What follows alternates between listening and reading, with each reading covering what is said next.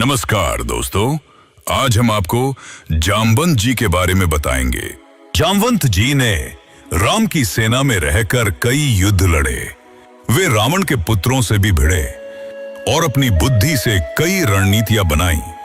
यद्यपि वृद्ध थे, पर उनका अनुभव और बल आज भी अद्वितीय था।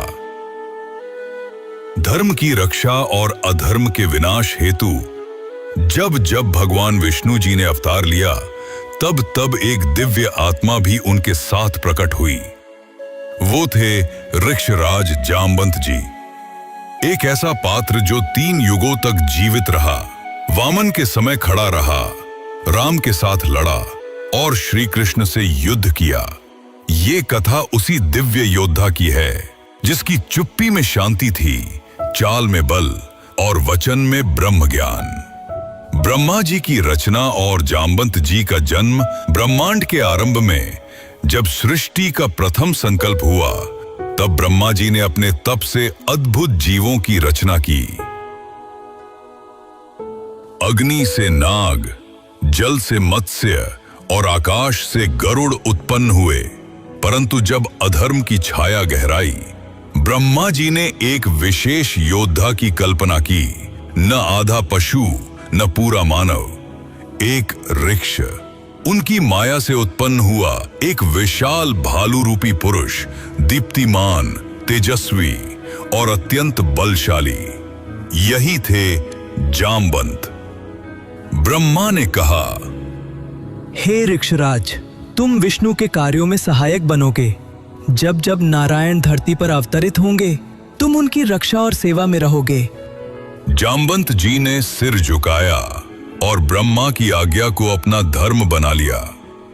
वामन अवतार और जामवंत जी की प्रतिज्ञा सतयुग के अंतिम छोर पर, जब राजा बलि ने तीनों लोकों पर अधिकार जमा लिया, तब विष्णु जी ने वामन रूप धारण किया, एक बाल ब्राह्मण।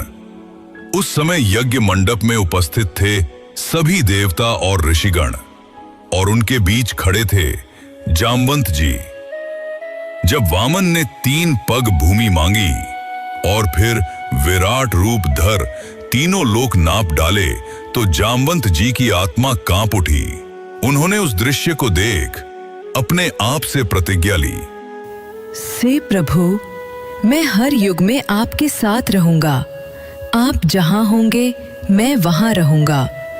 चाहे राम रूप में आए या कृष्ण रूप में, मेरा धर्म आपकी सेवा करना होगा। राम से मिलन त्रेता युग आया। पृथ्वी पर रावण का आतंक छाया। एक बार वे स्वयं घायल हुए और हनुमान संजीवनी लेकर आए। ये उनके लिए एक ऋण की पूर्ति थी। श्री कृष्ण और सैमंतक मणि युद्ध। द्वापर में श्री कृष्ण के समय सैमंतक मणि का विवाद उत्पन्न हुआ। सत्राजित की मृत्यु के बाद वो मणि जामवंत जी के पास गुफा में थी। श्री कृष्ण जब उस मणि को लेने आए, तब उन्हें एक बलशाली योद्धा से युद्ध करना पड़ा। वो और कोई नहीं, जामवंत जी थे। वे नहीं जानते थे कि सामने खड़े पुरुष वही नारायण हैं। 28 दिनों तक भीषण युद्ध चला। अंततः जब कृष्ण ने सुदर्शन चक्र का उपयोग किया, तभी जामवंत जी की दृष्टि खुली। उन्होंने कहा, हे प्रभु, आप ही राम हैं, आप ही वामन हैं। अब मैं आपको पहचान गया, क्षमा करें। उन्होंने मणि सौंपी और अपनी पुत्री जामवंती जी का विवाह श्री कृष्ण से कर दिया। चिरंजीवी का तप। उसके बाद जामवंत जी फिर गुफा में लौटे।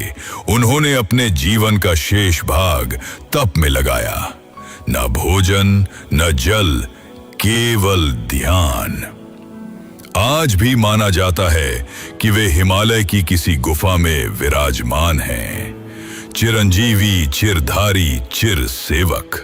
जामवंत जी केवल एक योद्धा नहीं थे, वे युगों की चेतना थे।